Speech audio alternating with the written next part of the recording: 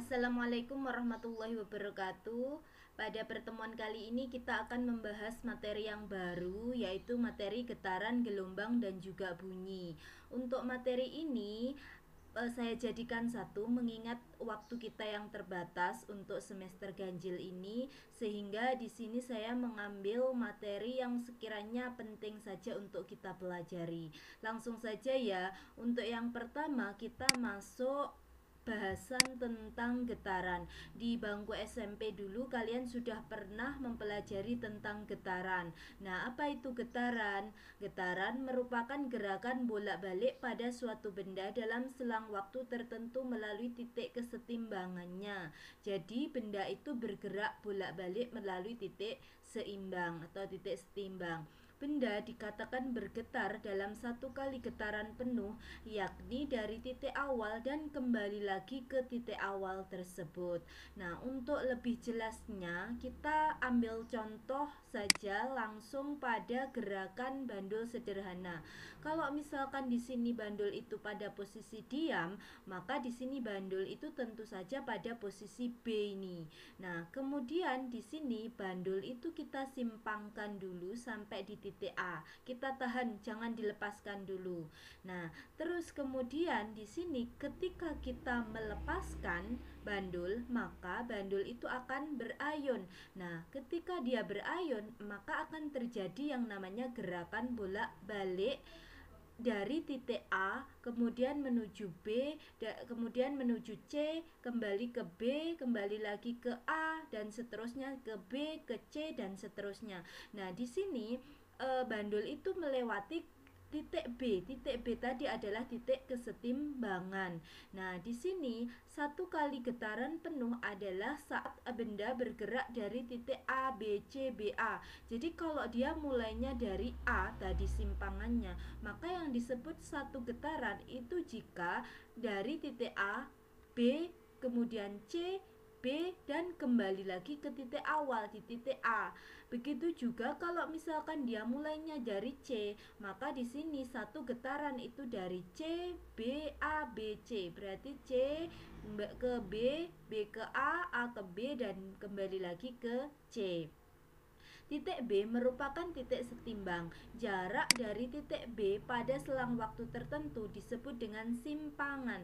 Jadi di sini titik B itu adalah titik setimbang. Ada titik-titik yang berada di antara B dengan A atau B dengan C. Misalkan di sini titik D misalkan, atau di sini titik E. Nah, B ke D, B ke E, atau bahkan B ke A itu adalah simpangan. Nah, simpangan terjauh pada bandul yaitu pada titik A atau titik C. Jadi kalau dilihat dari B, maka simpangan paling jauh itu adalah titik A, atau kalau di sebelah sini itu adalah titik C. Nah, simpangan terjauh ini disebut dengan amplitudo. Jika kita lihat pada gambar, maka amplitudonya itu adalah jarak BC atau BA.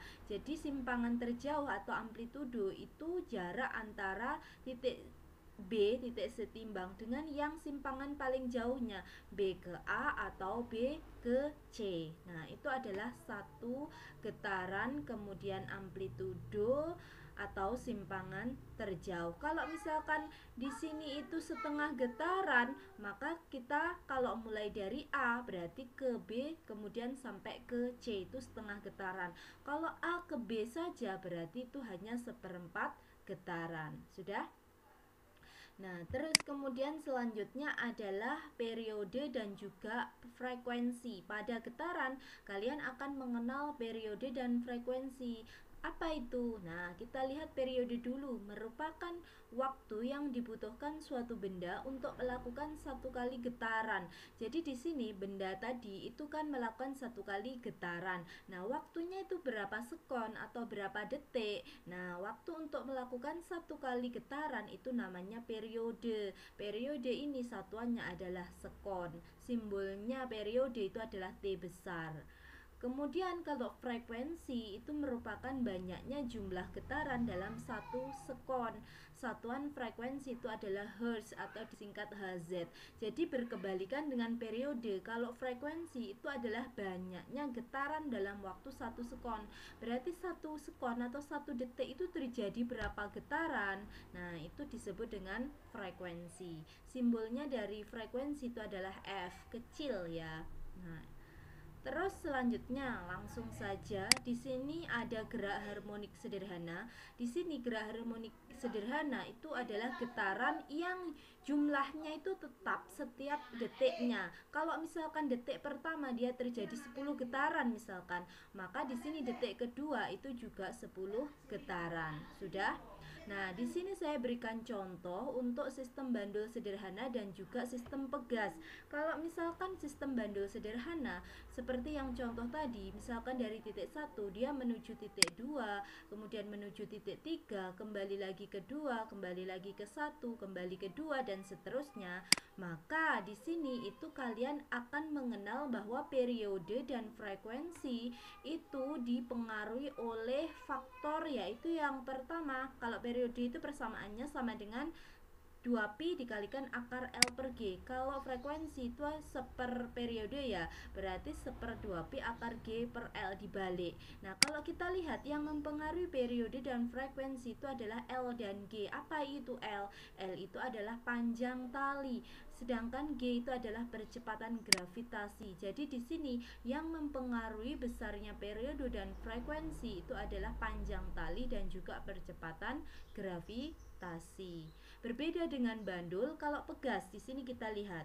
Kalau pegas itu ketika simpangkan ditarik ke bawah misalkan, kemudian pegas itu dilepaskan, maka dia akan naik turun. Nah, dia menyimpang naik turun melalui titik kesetimbangan ketika bandul itu diam.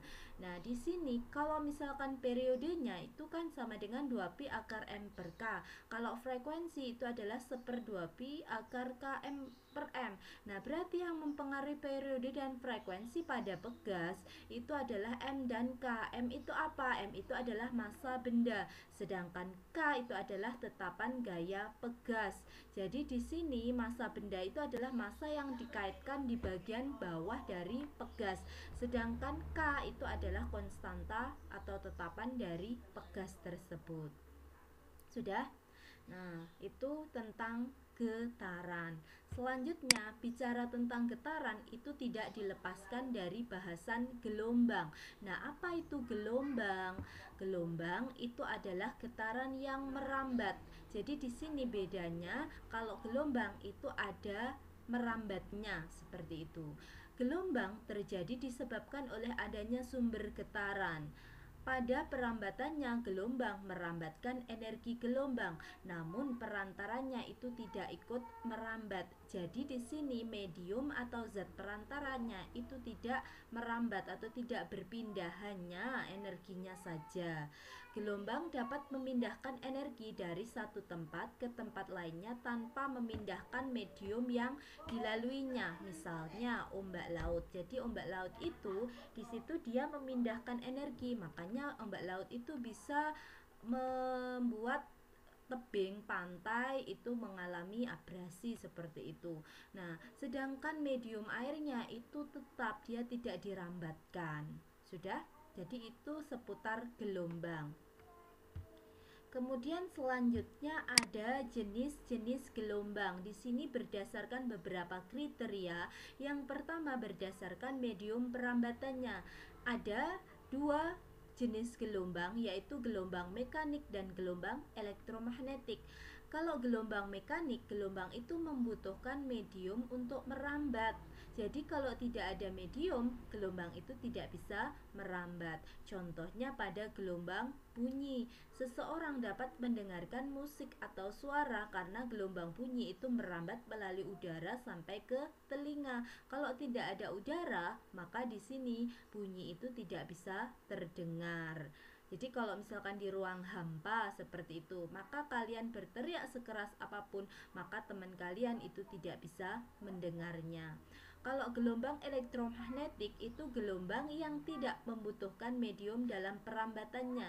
Jadi dia bisa merambat walaupun tidak ada medium. Contohnya gelombang cahaya. Sinar matahari, cahaya matahari itu bisa sampai ke bumi, dia akan melewati ruang hampa. Jadi di sini dia tanpa ada medium pun tetap bisa sampai ke bumi. Ada beberapa contoh gelombang elektromagnetik selain gelombang cahaya. Di semester selanjutnya bisa kita pelajari spektrum gelombang elektromagnetik. Misalkan ada gelombang radar, ada gelombang TV, ada sinar X, sinar gamma dan sebagainya.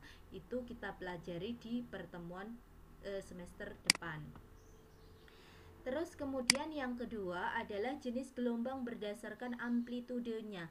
Ada dua juga, yaitu yang pertama gelombang stasioner dan yang kedua adalah gelombang berjalan. Kalau gelombang stasioner itu gelombang yang memiliki amplitudo berubah-ubah. Jadi besarnya amplitudo itu tidak sama setiap waktunya seperti itu.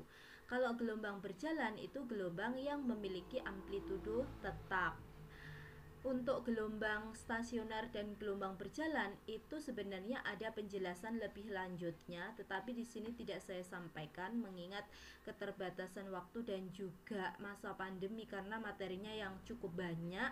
Nah, di sini kalian bisa mempelajari sendiri. Misalkan gelombang stasioner itu ada ujung terikat, ada ujung bebas. Nah, seperti itu. Nanti di dalamnya ada simpul, ada perut dan sebagainya.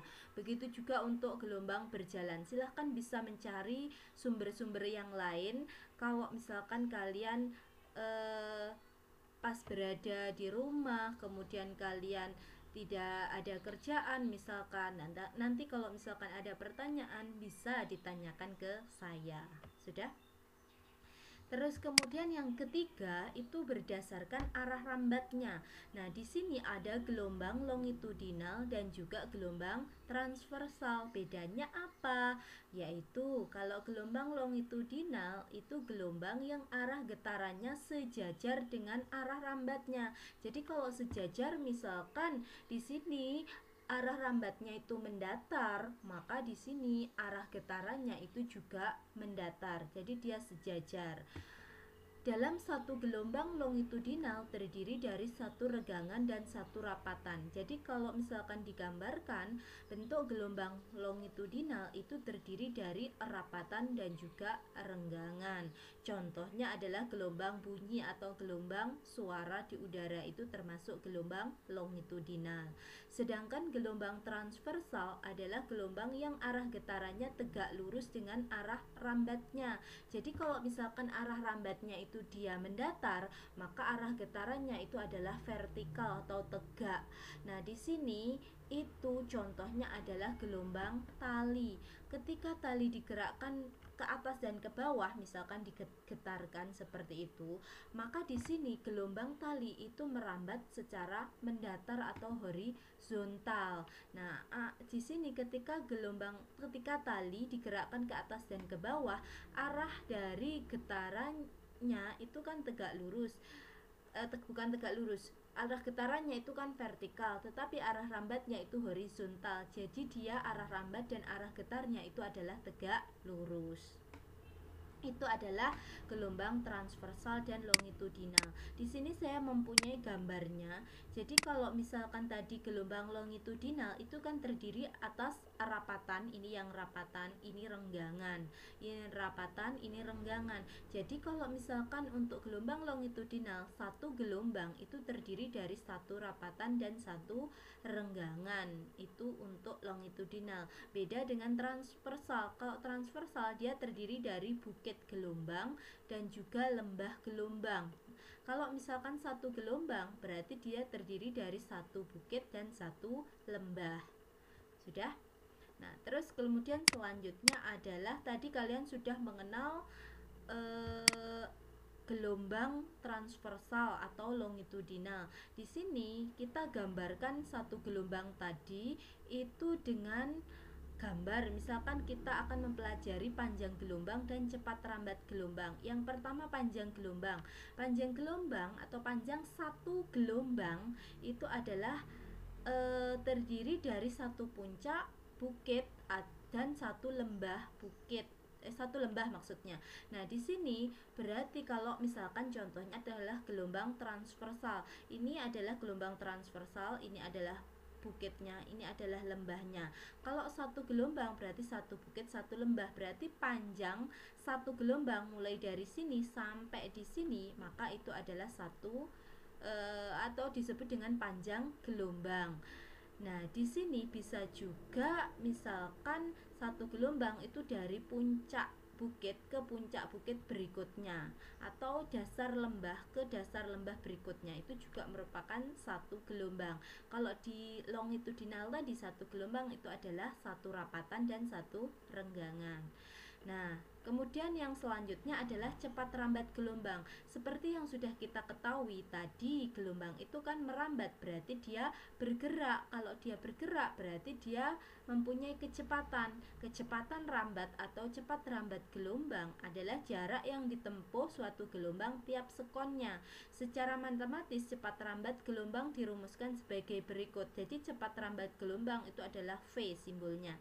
Nah, sama dengan lambda. Lambda ini tadi itu adalah panjang gelombang. Jadi lambda itu simbolnya seperti ini, itu adalah panjang gelombang atau panjang satu gelombang. Jadi cepat rambat gelombang itu sama dengan lambda dikalikan F. F itu frekuensi, atau boleh V itu sama dengan lambda dibagi T. T besar ini adalah periode. Mengapa kok yang frekuensi dikali sedangkan periode dibagi? Karena frekuensi tadi itu berbanding terbalik dengan periode. Sudah ya, untuk getaran gelombang saya yakin kalian sudah bisa memahami karena materi ini sudah kalian dapatkan di jenjang SMP, tinggal kita tambah-tambahkan saja. Nah, kemudian selanjutnya itu adalah bunyi. Nah, di sini kita pelajari tentang gelombang bunyi. Jadi bunyi itu salah satu contoh gelombang, di mana bunyi termasuk gelombang mekanik, berarti dia membutuhkan medium untuk merambat, dan juga gelombang longitudinal, berarti di sini arah getarnya itu sejajar dengan arah rambatnya, digambarkan oleh bentuknya rapatan dan renggangan. Bunyi dihasilkan oleh benda yang bergetar. Kalau tidak ada benda yang bergetar, maka tidak akan timbul bunyi. Suatu benda yang menghasilkan bunyi disebut dengan sumber bunyi. Sumber bunyi yang bergetar dapat menggetarkan molekul-molekul udara yang berada di sekitarnya. Perambatan bunyi memerlukan medium atau zat perantara. Jika tidak ada medium, kita tidak bisa mendengar. Jadi di sini sehingga kita bisa mendengar bunyi jika ada medium yang merambatkan bunyi. Jadi kalau misalkan kita simpulkan yang menjadi syarat terdengarnya bunyi itu yang pertama itu ada sumber bunyi atau benda yang bergetar. Kemudian yang kedua adalah ada medium atau zat perantara, dan yang ketiga itu adalah telinga, ada telinga yang mendengar. Kemudian tambahan juga kalau untuk manusia itu khusus bunyi itu adalah audiosonik. Nah, nanti kita akan mempelajari audiosonik itu bunyi yang seperti apa. Langsung ya. Jadi di sini kita masuk ke jenis bunyi. Tadi saya sudah menyinggung audiosonik. Di sini kita bisa membedakan bunyi berdasarkan rentang frekuensinya. Itu dibedakan menjadi yang pertama infrasonik, kedua audiosonik, dan yang ketiga ada ultrasonik. Kita bahas satu persatu.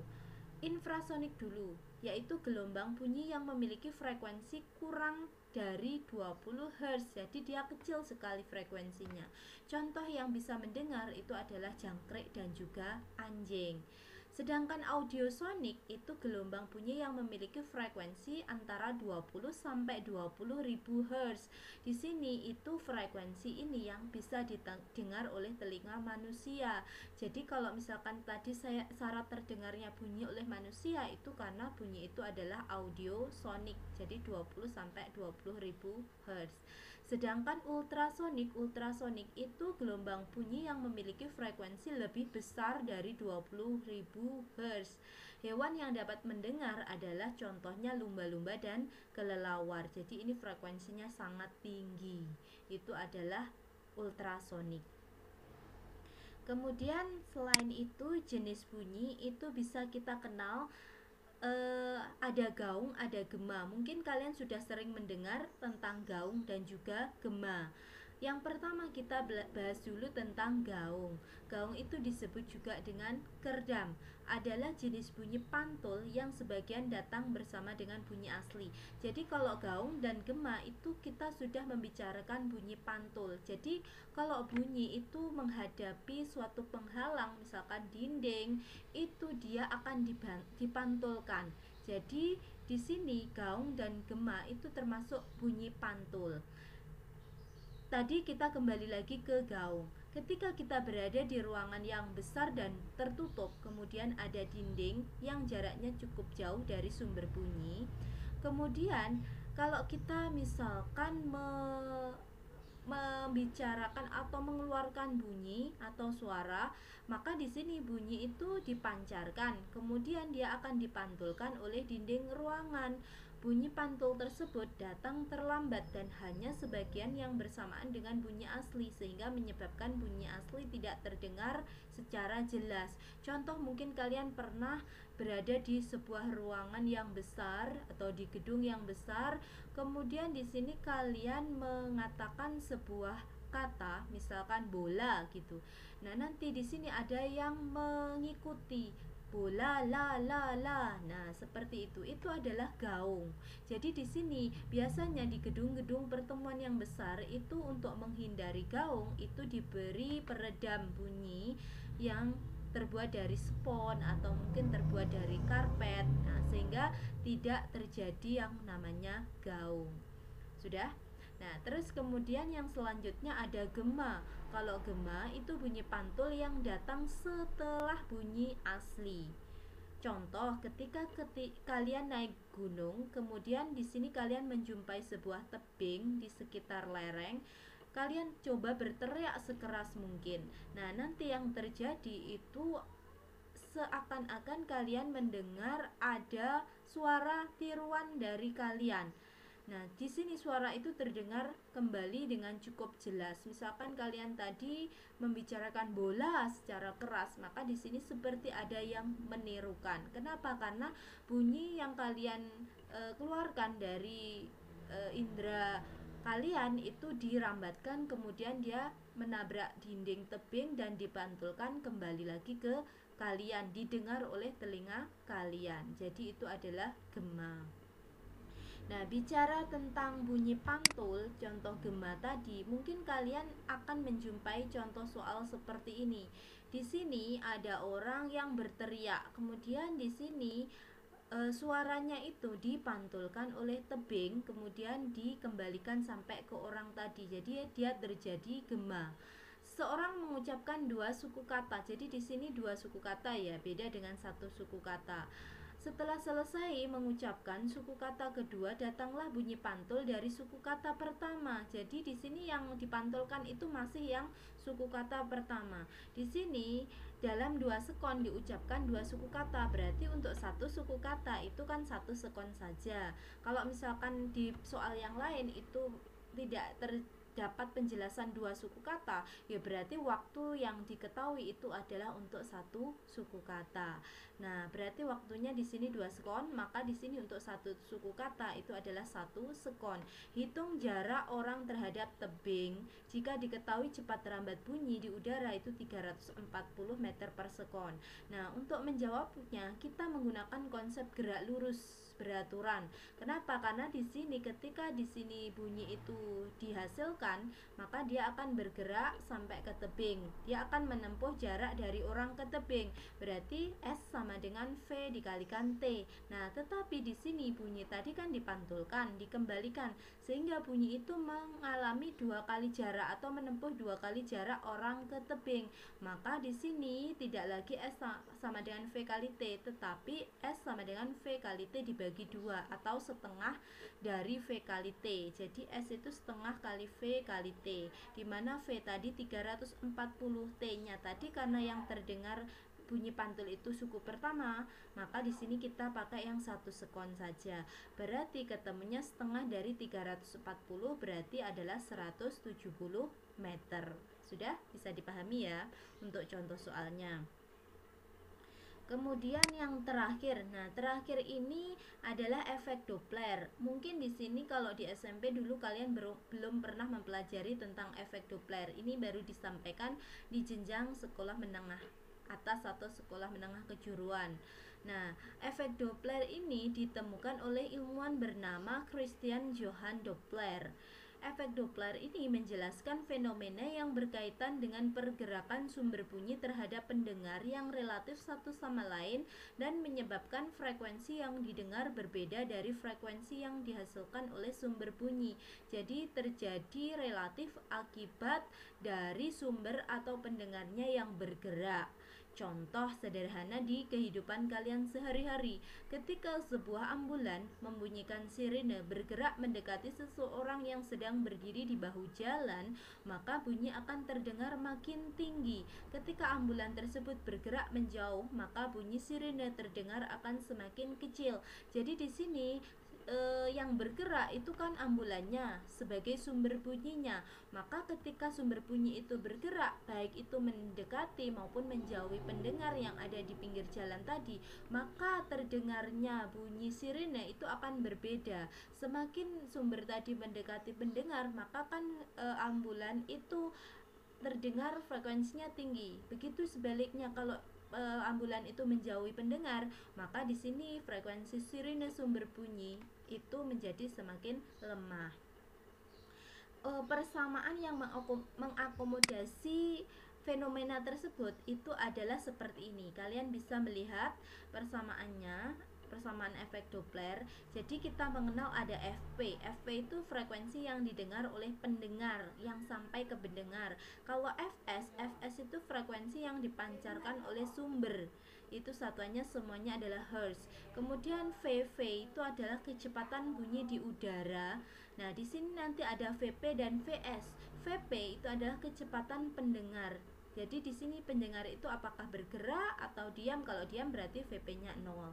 Kemudian kalau VS itu adalah kecepatan sumber bunyi. Jadi sumber bunyinya itu bergerak dengan kecepatan berapa, itu masuk ke VS. Di depan VP dan VS itu ada tanda positif dan negatif. Nah, ini tergantung dari soalnya. Apakah pendengar itu mendekati sumber atau menjauhi sumber? Begitu juga yang VS. Apakah sumber itu mendekati pendengar atau menjauhi pendengar? Kita lihat di sini tandanya. VS bernilai positif jika sumber menjauhi pendengar. VS bernilai negatif jika sumber mendekati pendengar. Kalau VS bernilai positif jika sumber menjauhi pendengar. Kalau VS bernilai negatif jika sumber mendekati pendengar. Sebaliknya, kalau VP itu positif jika pendengar mendekati sumber. Kalau VP bernilai negatif jika pendengar menjauhi sumber. Jadi terbalik ya antara VS dan VP. Untuk lebih jelasnya kita masuk ke contoh soalnya. Nah, di sini contoh soalnya, sumber bunyi memancarkan frekuensi. Jadi ini frekuensi dari sumber bunyi, berarti Fs itu 500 Hz.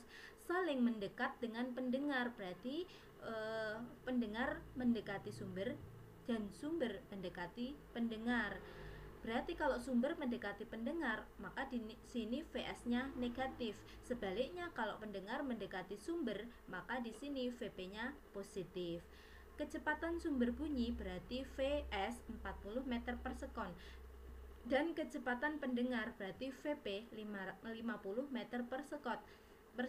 Jika kecepatan bunyi di udara berarti V 340 meter per sekon, maka frekuensi bunyi yang didengar pendengar berarti Fp. Nah, Fp tadi itu adalah V plus. Kenapa kok V plus? Karena Vp-nya dia pendengarnya mendekati sumber, dibagi V min Vs. Kenapa kok min Vs-nya? Karena sumber mendekati pendengar.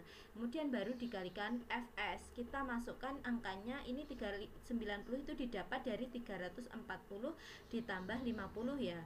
Kemudian dibagi 340 dikurangi 40, kemudian dikalikan 500. Nah, di sini di operasionalkan, maka akan ketemu Fp-nya itu adalah 650 Hz. Sudah mudah kan? Jadi di sini kalian harus bisa menentukan apakah sumber itu mendekati pendengar atau menjauhi pendengar. Sebaliknya, apakah pendengar itu menjauhi sumber atau mendekati sumber. Nah, itu akan berpengaruh pada tanda VP dan VS-nya itu. Nah, sampai sini kira-kira kalau misalkan dari penjelasan saya bisa dipahami ya. Jadi kalau misalkan kalian biar lebih paham, silahkan ditulis apa yang saya sampaikan sambil dipelajari. Kalau misalkan kalian menemui kesulitan atau belum paham, bisa japri saya atau ditanyakan di Edmodo dan sebagainya, atau lewat tatap muka di dalam kelas. Sudah, terima kasih ya untuk pertemuan kali ini. Semoga apa yang saya sampaikan bisa bermanfaat untuk kalian sebagai ilmu ketika kalian suatu saat nanti. Terima kasih. Sampai di sini saya akhiri. Wassalamualaikum warahmatullahi wabarakatuh.